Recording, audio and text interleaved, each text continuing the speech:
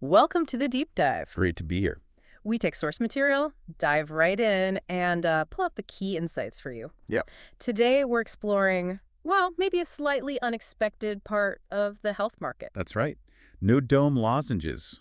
Heard of them? Vaguely, but we've got the details now. We do. We're using a report from Cognitive Market Research. It sort of breaks down the market size, the growth, the trends. Okay, so our goal here, our mission, is to get past just the numbers in the report. Yeah, figure out what they actually mean. What they tell us about, consumer habits, health trends, where things are actually going. Exactly. So maybe first things first.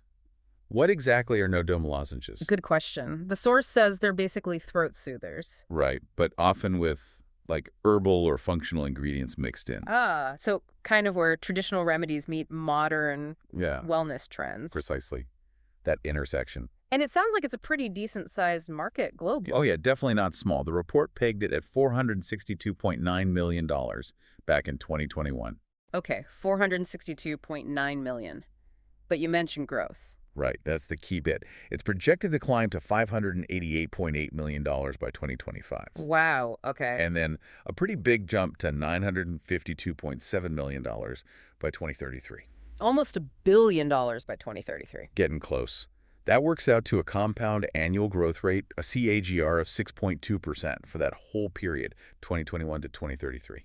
6.2%. That's pretty solid, consistent growth year on year. It is. Steady expansion. So why? What does the report say is driving this? Well, it lists a few main things. First, just generally people being more health conscious worldwide. Okay.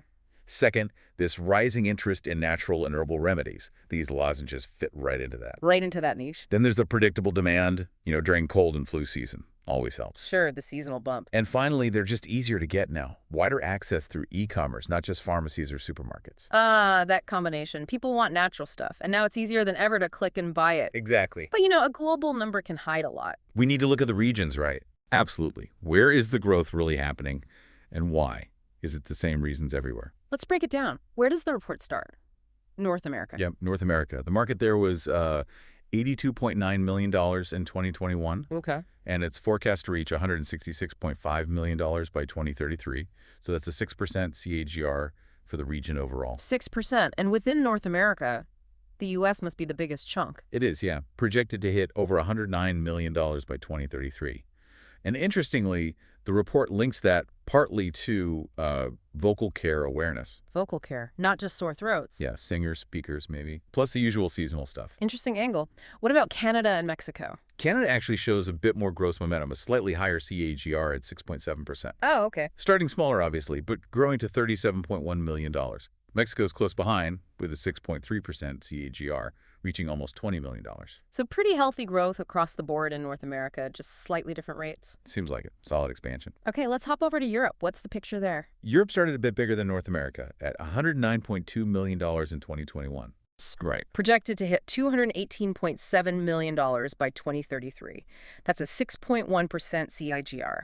Very similar to North America overall. And within Europe, who are the leaders? Germany? Germany stands out, yeah. Strong growth, 6.6% CAGR, heading towards over $39 million. Okay. The UK is right up there too, growth-wise. A 6.7% CAGR, aiming for about $20.4 million. So similar strong growth in the UK as in Canada, percentage-wise? Pretty close, yeah. And the report also mentions France, Italy, Spain, all contributing significantly by 2033. What are the numbers looking like? France, around $27.4 million. Italy, $17.4 million. Spain, $17.1 million. All with steady CGRs, mid-fives to high fives. Okay, solid. What about the rest of Europe? Sometimes that category hides interesting trends. It does here, too. The rest of Europe actually shows the highest growth rate within Europe. Really? Yeah, a 6.8% CAGR. And even tiny markets like Luxembourg. It's growing from under $3 million to almost $6 million. That's a 6.3% CAGR. Wow. So the demand is quite widespread across Europe, not just the big economies. It really seems to be. Okay, now, Asia Pacific. The report suggests this is where the market really dominates. Oh, absolutely. It's the biggest region by a fair margin. And why is that? What does the source say? Two main things, really. A strong, cultural preference for herbal and traditional remedies in many Asian countries. It's just ingrained. Right, that makes sense. And second, demographics. Significant demand from aging populations who often lean towards these kinds of wellness products. Culture plus demographics, that's a potent mix. Definitely. And the numbers show it. Uh, The region was already at $179.1 million in 2021. This audio was created with Podcastle.ai. The region was already at $179.1 million in 2021. okay, already bigger than North America and Europe combined back then. Pretty much. It is projected to shoot up to $389.6 million by 2033, still maintaining a strong 6.4% CAGR overall. Huge numbers. Which countries are driving that within Asia Pacific? China. China's the biggest, no surprise. Expected to reach over $150 million by 2033, growing at 6.5%. Right. But here's a really key finding from the report. India. What about India? It's singled out as the fastest growing country globally for Nodoame. Globally? Wow. What's the rate? An impressive 7.4% CAGR. It's projected to expand from about $29.6 million to over $71 million. 7.4%. That is some serious speed. What about Japan? I'd think they'd be a big market too. They are a traditional stronghold, as the report calls it, expected to reach $24.5 million by 2033. Steady, but not that explosive growth like India. Got it. And then you've got South Korea, Australia, Southeast Asia, all showing solid growth, consistently above 6%. They add up to a big chunk too, nearly $73 million combined by 2033. So Asia Pacific is really the powerhouse. Huge scale in China, explosive growth in India, strong base elsewhere. That sums it up well. Cultural fit, demographics, rising economies, it all comes together there. Okay, let's move south. Latin America, how does it look there? The report describes it as steadily growing. Not quite the Asia-Pacific scale, but solid. Who leads the pack there? Brazil. Yes, Brazil's the main one. Expected to more than double its market size from 2021 to 2033. So doubling. Yeah, from $21 million to $43.2 million. That's a 6.5% CAGR. Okay, strong. Other countries. Argentina and Colombia also show good expansion. Argentina reaching $18.5 million, Colombia $9.5 million, and both have CAGRs over 6.3%. Consistent growth there too then. Seems to be the pattern. Peru and Chile are mentioned too, more moderate growth, ending up around $7.9 million and $6.7 million respectively. So Latin America is a picture of pretty consistent, solid growth across several key countries. That seems fair, yeah. All right, last region, Middle East and Africa. What's the story? The report mentioned varied growth. Yeah, a bit more mixed here. You have countries like Egypt and Turkey. Okay. They're projected to reach relatively modest totals, around $4.9 million for Egypt, $5.8 million for Turkey by 2033. And the growth rates. Pretty much in line with Europe, actually, Yeah. around 6.1% to 6.2% CAGR. So steady but small. But there's a catch somewhere. There is. It's the rest of the Middle East category. It really stands out. How so? It shows the slowest growth globally for this market, by far. Really? What are the numbers? It goes from $6.7 million in 2021 to only $10.1 million by 2033. That's just a 4.3% CAGR. 4.3%. Yeah, that's noticeably lower than everywhere else.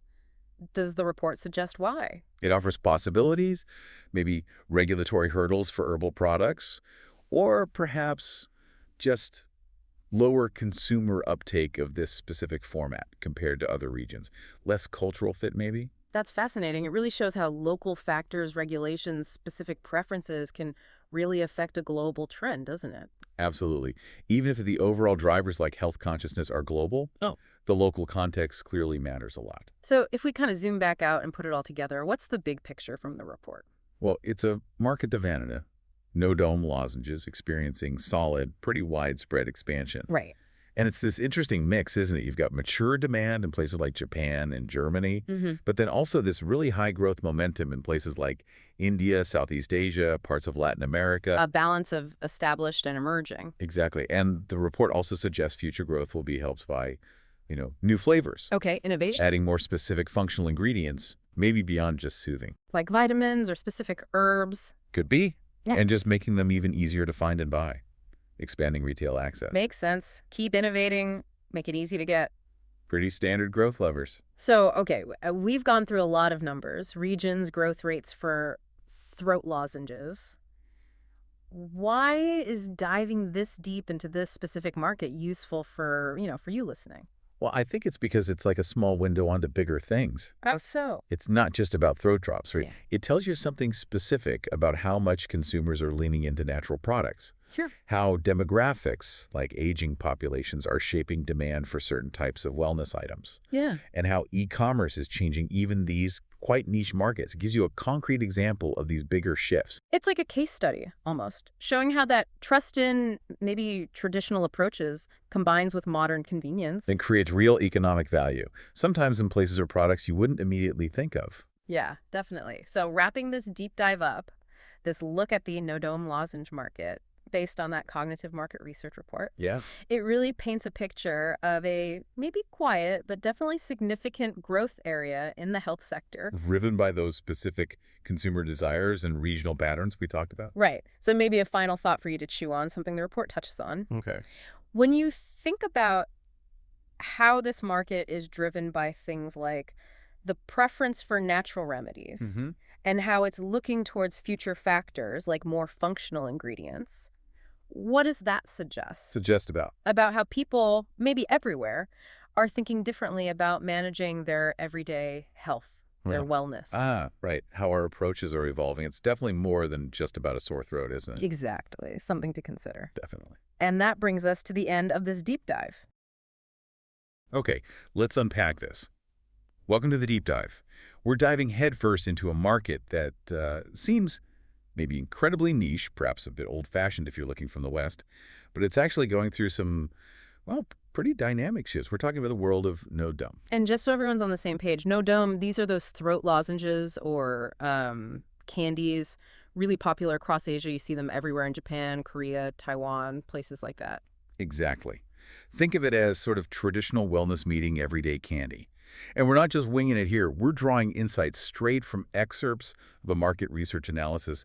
It's called The Dynamic Evolution of the Nodoame Market. Yeah, and our mission today is pretty straightforward. Cut through the usual stuff and get right to the really interesting bits from this source, like what's really driving growth, what hurdles are maybe overlooked, and what trends are shaping its future. Right. This deep dive is all for you, listener, to give you that inside.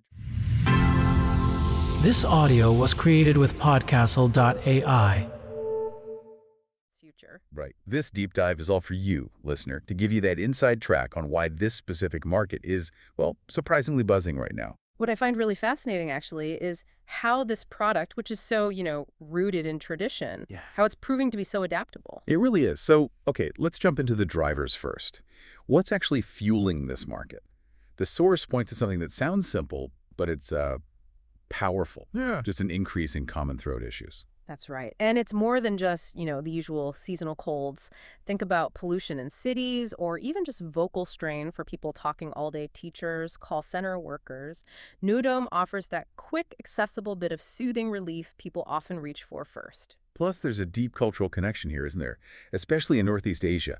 A real long-standing trust in natural and herbal remedies. Absolutely. That's huge. These aren't just sugary sweets. They often have ingredients people recognize, like licorice, ginger, propolis. They line up nicely with traditional health ideas, preventative wellness. So they tap into a consumer base that's kind of already looking for natural ways to feel better. Nodoame just makes sense to them. And here's something I didn't quite clock until looking at the source.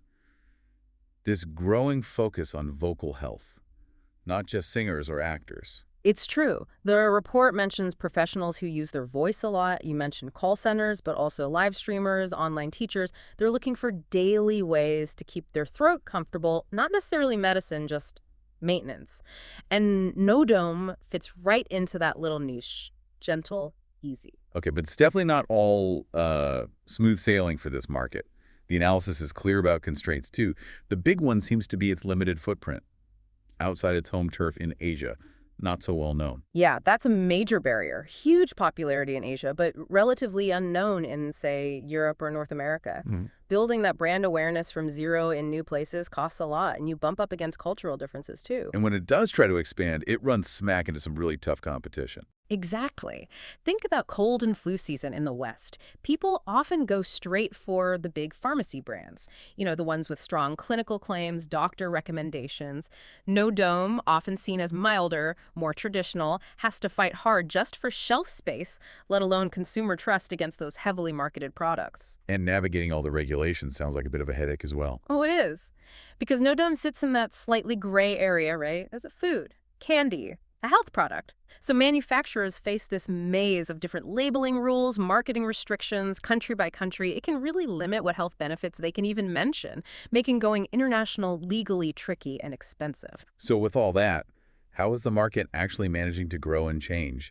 The source highlights innovation as key, especially in the products themselves. Definitely. They're not just sticking to the old formulas. Manufacturers are experimenting. You see novel flavors popping up, things like black vinegar or unique fruit combinations. And they're adding functional ingredients, maybe more vitamin C, different herbal extracts to catch the eye of today's health-conscious consumers. And there seems to be a subtle shift in global consumer trends that's sort of helping them out. Yeah, there's this growing interest globally in traditional wellness practices, especially from Asia. It's slow, but it's creating these little openings for Nodoame. You might find them in specialty health stores or online platforms outside Asia now, tapping into people who are actively seeking out these kinds of alternative or traditional products. Right. And finally, something huge, the growth of e-commerce and convenience stores, getting the product to people easily. That's possibly the most impactful recent trend the source mentions, yeah. In their main markets, online shopping gives amazing access, drives impulse buys, and just the sheer number of convenience stores makes it incredibly easy to grab a pack when you feel that first tickle in your throat. It reinforces the habit. Okay, so let's wrap this up. We've seen the Nodoame market. It's rooted in tradition, regional preference, but it's being shaped dynamically by, well, rising health worries, that strong cultural fit, but also facing big constraints like global awareness, tough competition, and it's actively evolving through new ingredients, new flavors, and definitely through modern distribution like online sales and convenience stores. I think the core takeaway really is that this seemingly small traditional product, it's a fantastic example of how culture, wellness trends, and business innovation can come together, adapting a traditional product to stay relevant and maybe even start looking beyond its usual borders. Yeah, understanding markets like this really shows you how global health patterns, deep cultural habits, and just the simple need for convenience can intersect, even in something as seemingly small as a throat lozenge. It does make you wonder, though, doesn't it? With this rising global interest in traditional natural health stuff, plus the reach of e-commerce, how much further could a market like Nodoame actually go? Could it break out significantly beyond Asia? And if it did, what would that mean for the bigger health market? Maybe even the pharmaceutical players? Definitely something to chew on, literally. This audio was created with Podcastle.ai.